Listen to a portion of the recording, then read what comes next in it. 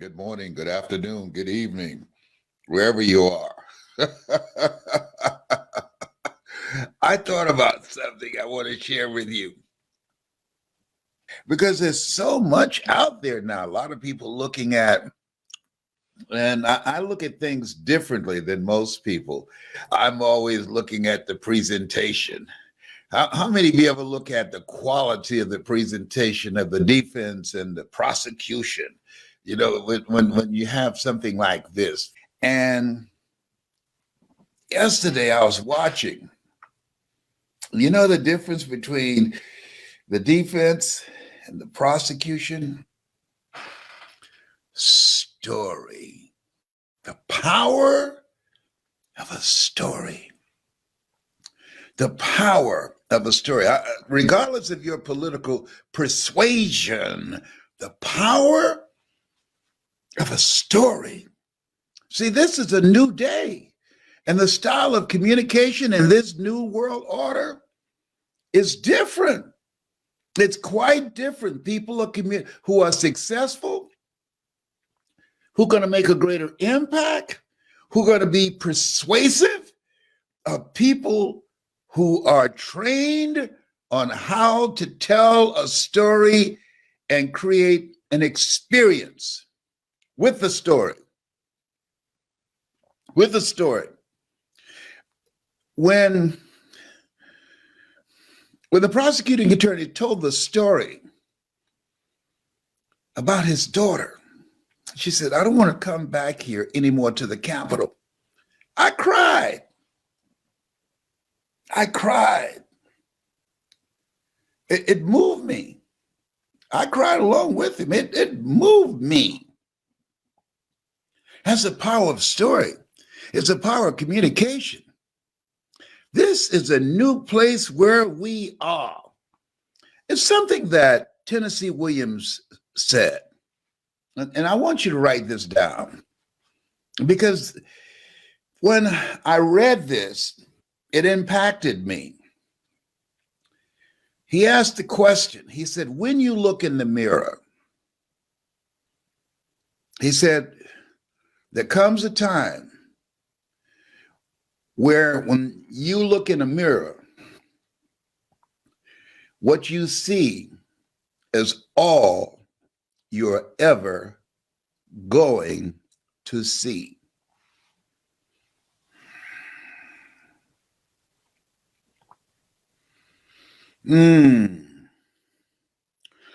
And what most people do,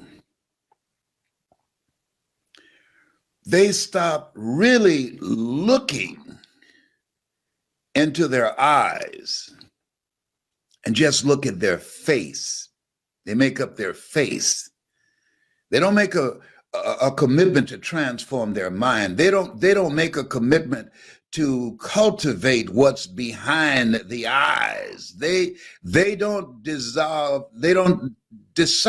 and become resolved to create something different that's looking back at them.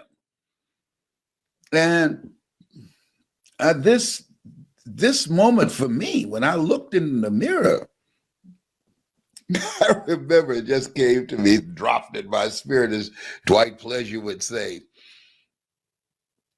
I had broken up from a relationship, and I was in the mirror crying, and I was saying, "This just can't be me." My cousin Boo was with me. I said, "Boo, this just can't be me." I just cried like a little baby. Boo came in, and he said, as he looked in the mirror and saw my face, he said, "If it's not you, who is it?"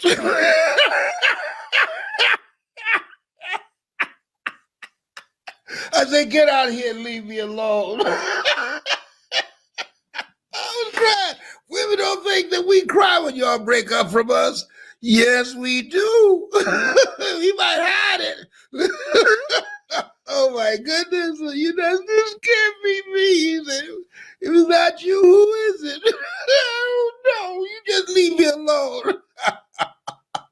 And so I resolved, when I looked at who was looking back at me, is this me? where my life was at that point in time, what I know that I have going for me, and that guy who was looking back at me, I decided right then and there that was not it for me. He said, there comes a time in your life when you look in the mirror and you know what's looking back at you. That person who's looking back at you is all you are ever going to be. That's an awakening. And I said, no, this is not me. Sometimes you can just become so unconscious and oblivious to where you are. You've been on automatic. You just doing things without thinking, and you look around and time has gone by and you say, wait a minute, how did this happen? How did I get here?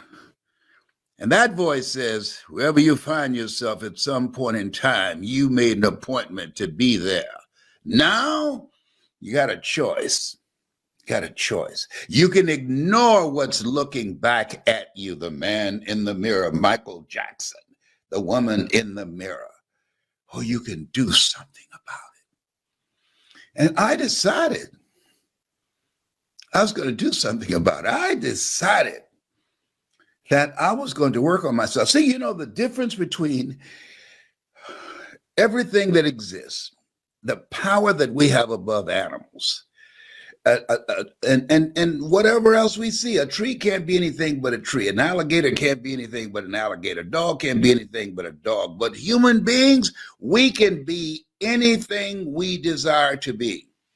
If we're willing to make the commitment, if we're willing to invest the time and the effort to rethink our lives, to reinvent ourselves, we can be anything. We can change what's looking back.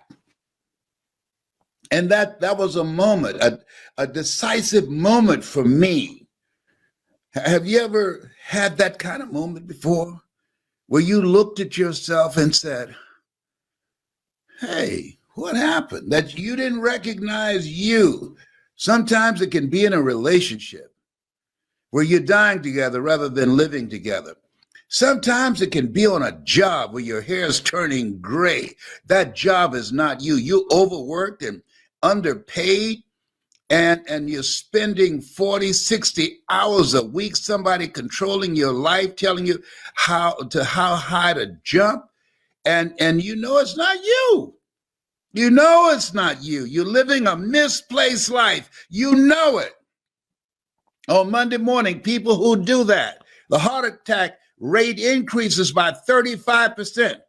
They end up dying on the toilet, getting ready to go to a job that's not them. 86% of people, they know it's not them, and they die of a broken heart of living a life that's not them, and they have the potential of greatness in them to do so much more, but they decided to ignore what they saw in the mirror and refuse to see it again. Just spend time putting the makeup on. Yeah. Spend time covering the gray. Yeah, they're having a little revolution there. Oh, behave. Hello. Listen to me, Linda. Listen to me. Oh, I'm dropping some stuff, as these young people say today. I'm dropping some truth up in here. Somebody say, there he goes. Hello, whatever. And so when you look at yourself, look at your goals, and look at your dreams, oh my goodness, this thing called life. I want to see, I want somebody to put on the right here, say, I feel you. Just put there, say, I feel you. I feel you, Les. I feel you, Les.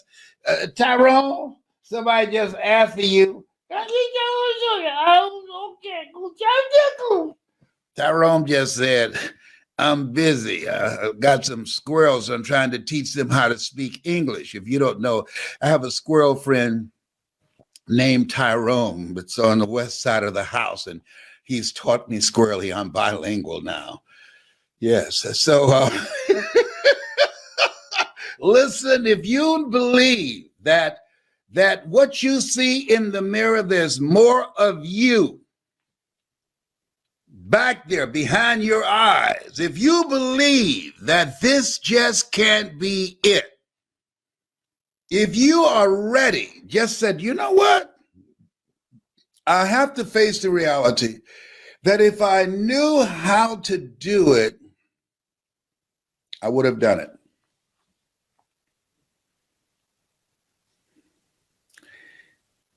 You need a mentor. You need a coach. Your voice is so important. You see the difference of presentation. One just talking out their head, and the other one tells a story to make a point. You never make a point without a story, and you never tell a story without a point. It's a new world order. This is a new day. And because it's a new day, it's a new style of communication that's required in order to get a buy-in, in order to influence people, in order to transform people, in order to impact people.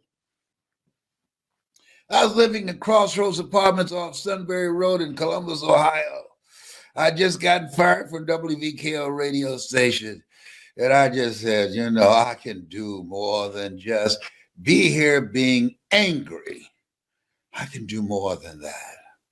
And I decided to work on me. Robert Boyd, very good friend of mine, he came over to see me. Sometimes you need a friend who will tell you what you need to hear, not what you want to hear. He said, Leslie Brown? I said, yes. He said, things are not going to get better for you until you get better. Things are not going to improve in your life until you improve. That's all I got to say. And he turned and walked out. And I went and looked in the mirror. And I said, he's right. He's right. See, most people won't tell you the truth because they know you can't handle it. Don't cast pearls before swines, people of low consciousness, lest they turn and rend you, lest they get angry and turn against you because they don't want to hear the truth. You can't handle the truth. Yeah. But fortunately, I was in a level of consciousness. I'd hit rock bottom. I was at a place that I could hear. And he made me look at where I was, how I had fallen, but most importantly, that was not my rightful place. Your rightful place is where your thoughts have brought you. Your true place is where your thoughts can take you. And I invested in myself to elevate myself.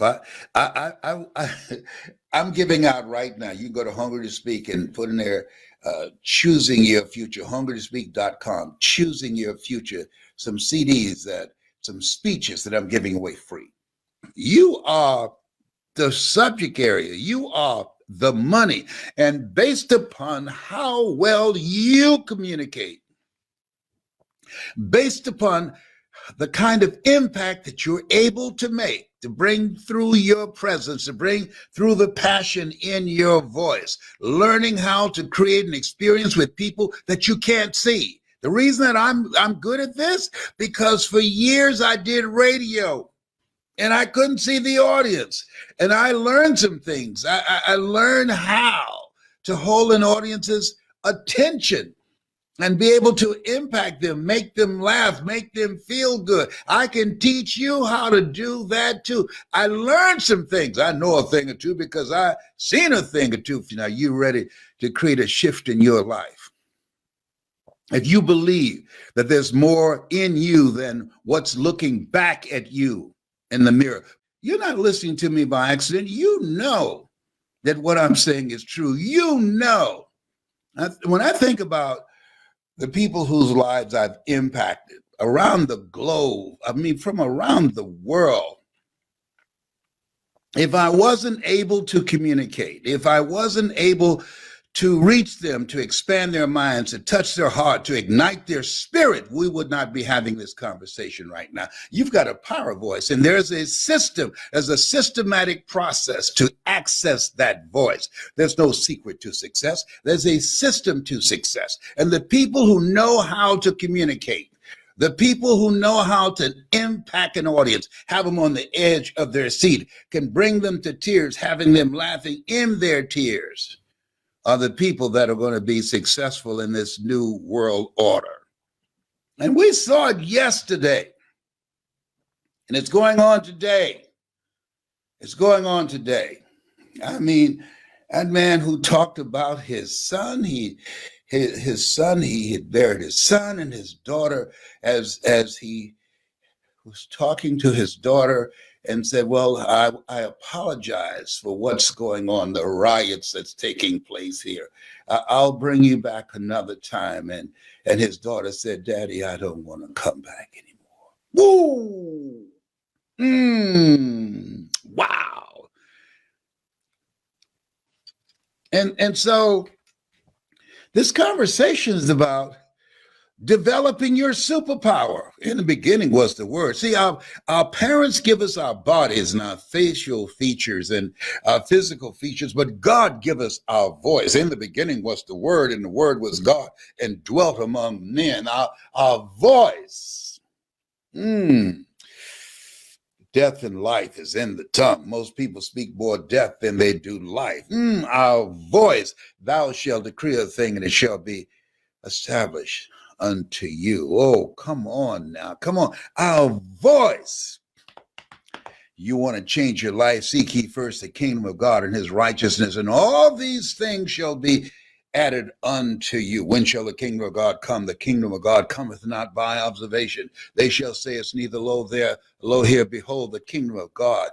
It's within you. It's within you. Woo, wow. Our voice, the kingdom is voice activated.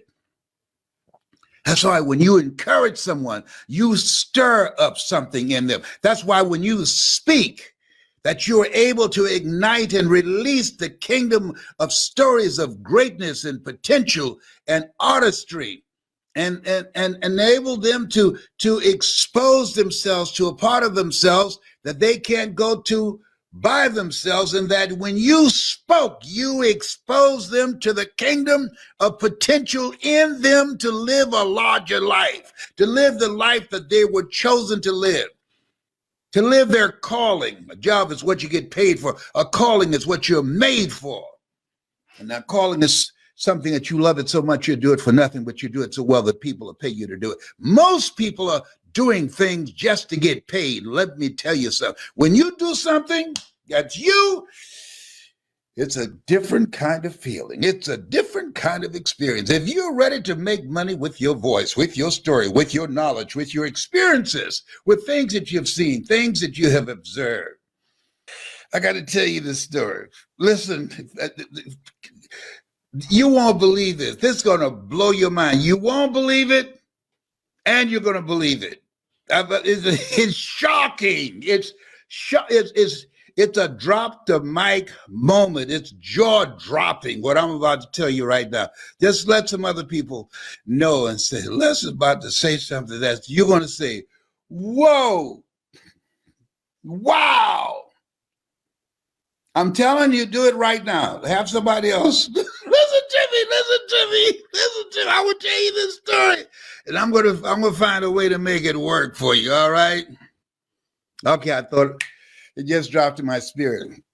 Ladies and gentlemen, and this is primarily to men. Brothers, fathers, it's time to step up. Oh, some of you are. You provide and you protect, but far too many don't. My son, my oldest son, was working on his job. And there's a young lady that he knew that he was talking to, and a guy came by and spoke to her, and she didn't say anything. And so when she left from talking to my son, listen to me. This guy said to my son, "Hey, man, what's up with her? I've been trying to get a conversation with her, and she won't talk to me. She's ignoring me. She won't give me the time of day." And my son said, "I don't know." So when the guy walked away and she came back, because she moved deliberately, because she saw him coming over where my son and she was sitting. And so my son, Calvin, asked her, "Why did you move deliberately?" And this guy saying he's been speaking to you, but you won't give him the time of day. You know what she said? He is the father of our son. And because he's not involved, because he doesn't come around, he doesn't remember my face. Good God from Zion. Whoa! You can't make this kind of stuff up. You can't make this up. He's been absent. He's a sperm donor. You can't make this stuff up. He's not involved in his child's life. He's been away so long, so absent, he doesn't even remember the face of the mother of their child. Oh, God. Oh, boy. Oh, we have. Oh boy. You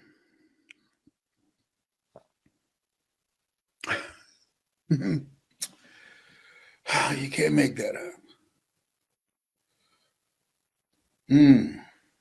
That's heavy. That's drop the mic.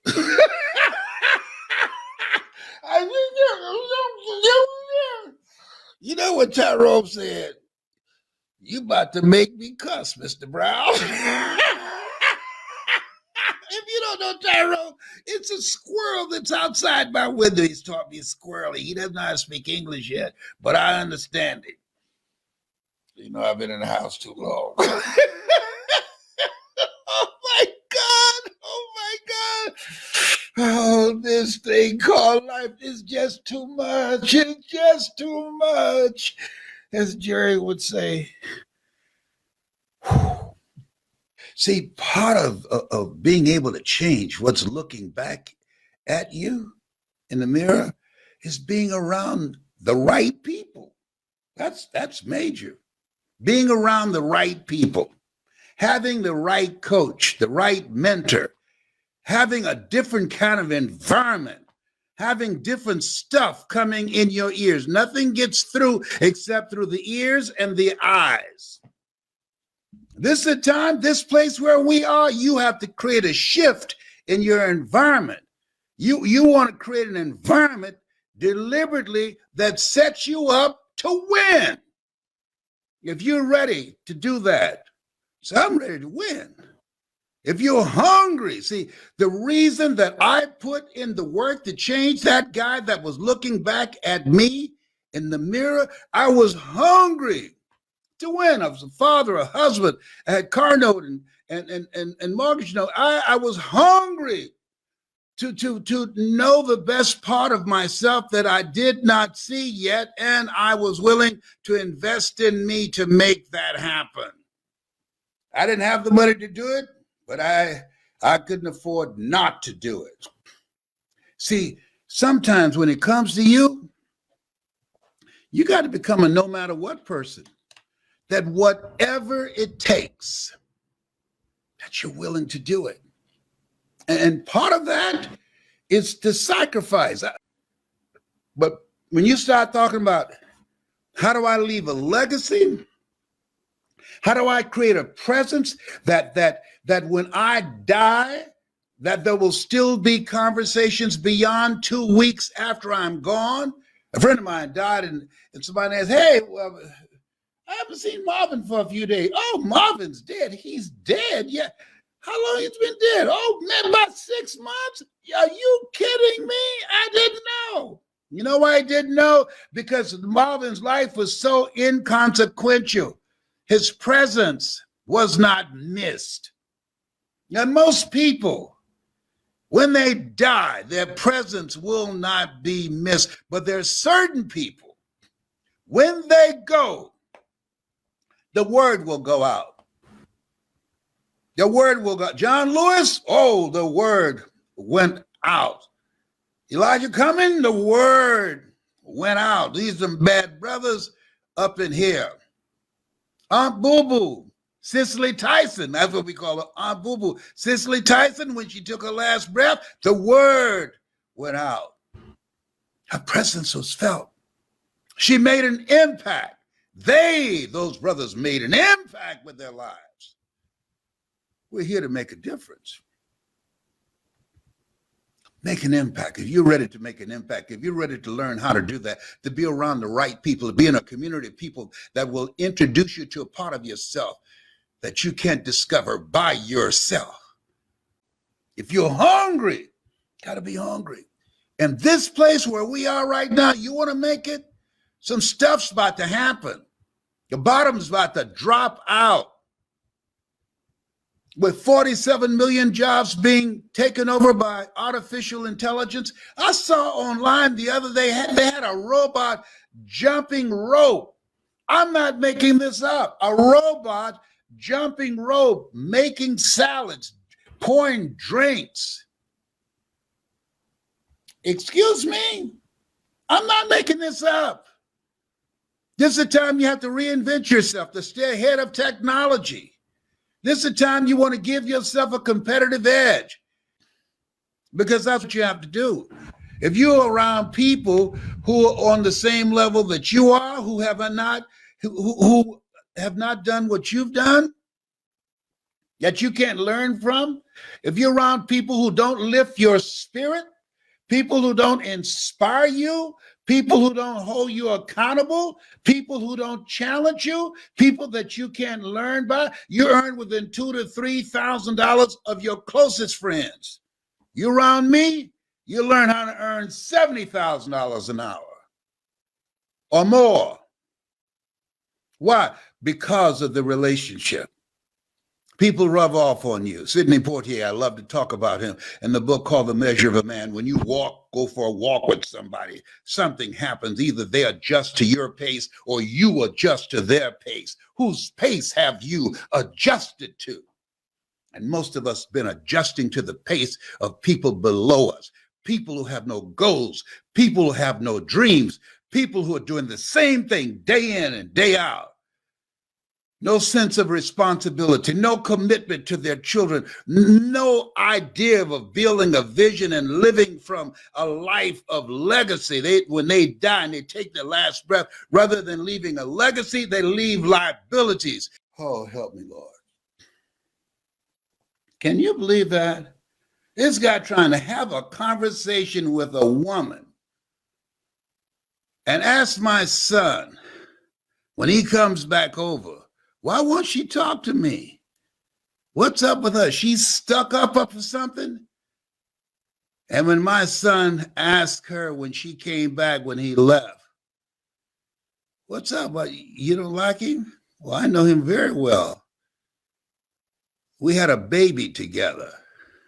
And because he doesn't come around, because he never came back once I called him and said, I'm pregnant, he doesn't even remember how I look. And he's never seen his son, our son. I have nothing to say. Whew. As my mother would say, do Jesus. That's what baby Brown would say. I think I'm gonna land this plane. My goal is, I'm here because of God's grace and mercy. I know that.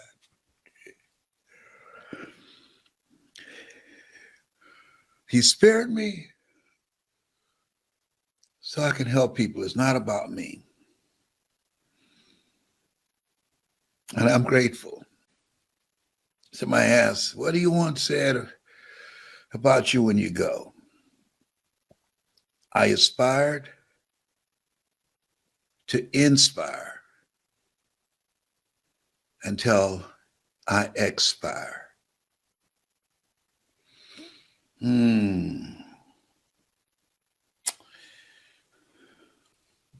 You have something special. You have greatness in you. Allow me to work with you in my community of greatness and bring out your power voice. There's a systematic process. There's no secret to success. There's a system to success. I've used it. I've done it. This has been Mrs. Mamie Brown's baby boy. It's been a plum-pleasing pleasure, as well as a privilege. That's my story, and I'm sticking to it. Bye for now.